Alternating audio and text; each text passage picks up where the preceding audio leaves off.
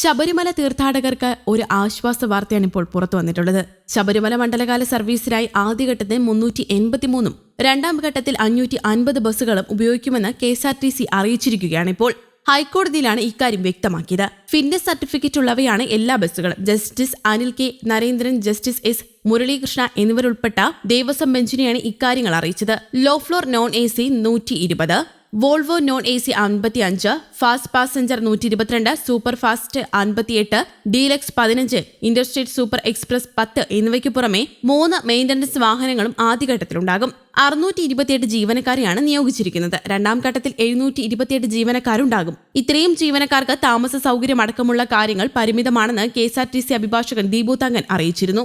വിവിധ വകുപ്പുകളിലെ ജീവനക്കാരും അങ്ങനെ തന്നെയല്ലേ സേവനം അനുഷ്ഠിക്കുന്നതെന്ന് കോടതി വാക്കാൽ ചോദിച്ചു.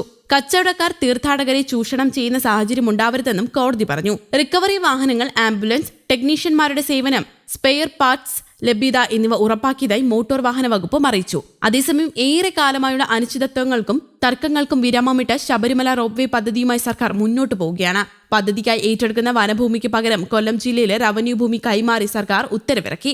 ഇതോടെ പദ്ധതിയുടെ പ്രധാന തടസ്സം മാറി. വനംവകുപ്പിന്റെ എതിർപ്പ് ഉൾപ്പെടെ പരിഹരിച്ചുകൊണ്ടും ഏറ്റെടുക്കുന്ന വനഭൂമിക്ക് പകരം ഭൂമി നൽകിയുമാണ് സർക്കാർ ശബരിമലയിൽ നടപ്പാക്കുന്ന റോപ്വേ പദ്ധതിയുമായി മുന്നോട്ടു പോകുന്നത്. 14 വർഷമായി ഭൂമി തർക്കം ഉൾപ്പെടെ നിലനിൽക്കുന്നതിനെ തുടർന്ന് നിലച്ചുപോയ പദ്ധതിക്കാണിപ്പോൾ സർക്കാർ ഉത്തരവിലൂടെ യാഥാർത്ഥ്യത്തിലേക്ക് നീങ്ങുന്നത്. ശബരിമല മാസ്റ്റർ പ്ലാനിന്റെ ഭാഗമായാണ് സാധനങ്ങൾ കൊണ്ടുപോകാൻ റോപ്വേക്ക് ശുപാർശ ചെയ്തത്. 2011 ആഗോള ടെൻഡർ വിളിച്ച് ഒരു കമ്പനിയുമായി കരാർ ഉറപ്പിച്ചു. തുടർന്ന് വനഭൂമി കണ്ടെത്താൻ ഹൈക്കോടതി അഭിഭാഷക കമ്മീഷനെ നിയമിച്ചു. പദ്ധതിക്ക് ഏറ്റെടുക്കുന്ന വനഭൂമിക്ക് പകരം റവന്യൂ ഭൂമി നൽകാൻ ദേവസ്വം മന്ത്രി അപേക്ഷ നൽകി. ഇടുക്കി ചിന്നക്കനാലിൽ ആദ്യം റവന്യൂ ഭൂമി കണ്ടെത്തിയെങ്കിലും തർക്കം കാരണം കൈമാറ്റം മുടങ്ങി. പിന്നീട് ദേവസ്വം മന്ത്രി VN വാസവൻ മുൻകൈയെടുത്ത തുടർച്ചയായി വനം റവന്യൂ വകുപ്പുമായി യോഗം ചേർന്നു. റോപ്വേ പദ്ധതി നടപ്പാക്കുന്നതിലെ തർക്കം പരിഹരിക്കാൻ മന്ത്രി VN വാസവന്റെ ഇതുവരെയായി 16 തവണയാണ് യോഗം വിളിച്ചിരുന്നത്.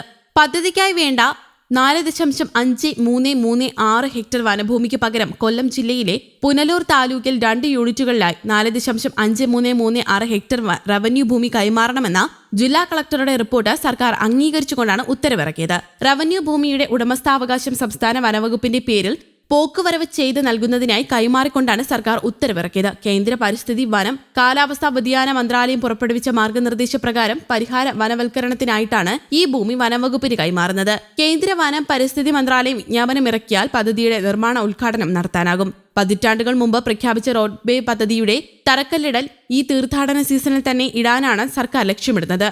ശബരിമലയിൽ റോപ്വേ നിർമ്മാണത്തിനുള്ള സർവേ നേരത്തെ ആരംഭിച്ചിരുന്നു. ഹൈക്കോടതി നിർദ്ദേശപ്രകാരമാണ് പ്രാഥമിക രൂപരേഖ അടിസ്ഥാനമാക്കി വിവിധ വകുപ്പുകൾ ചേർന്ന് പരിശോധന ആരംഭിച്ചത്. പമ്പയിൽ നിന്നും സന്നിധാനത്തേക്കുള്ള ചരക്കു നീക്കത്തിനും അത്യാവശ്യ ഘട്ടങ്ങളിൽ ആംബുലൻസ് സർവീസായും റോപ്വേ ഉപയോഗിക്കാനാകും. പമ്പ ഹിൽ ടോപ്പിൽ നിന്ന് തുടങ്ങി മാളികപ്പുറം പോലീസ് ബാരക്കിന് സമീപം അവസാനിക്കും വിധമാണ് നിർദ്ദിഷ്ട റോപ്വേ. പമ്പയ്ക്കും സന്നിധാനത്തിനുമിടയിൽ 60 മീറ്റർ പൊക്കത്തിൽ 5 ടവറുകളാണ് നിർമ്മിക്കേണ്ടത്.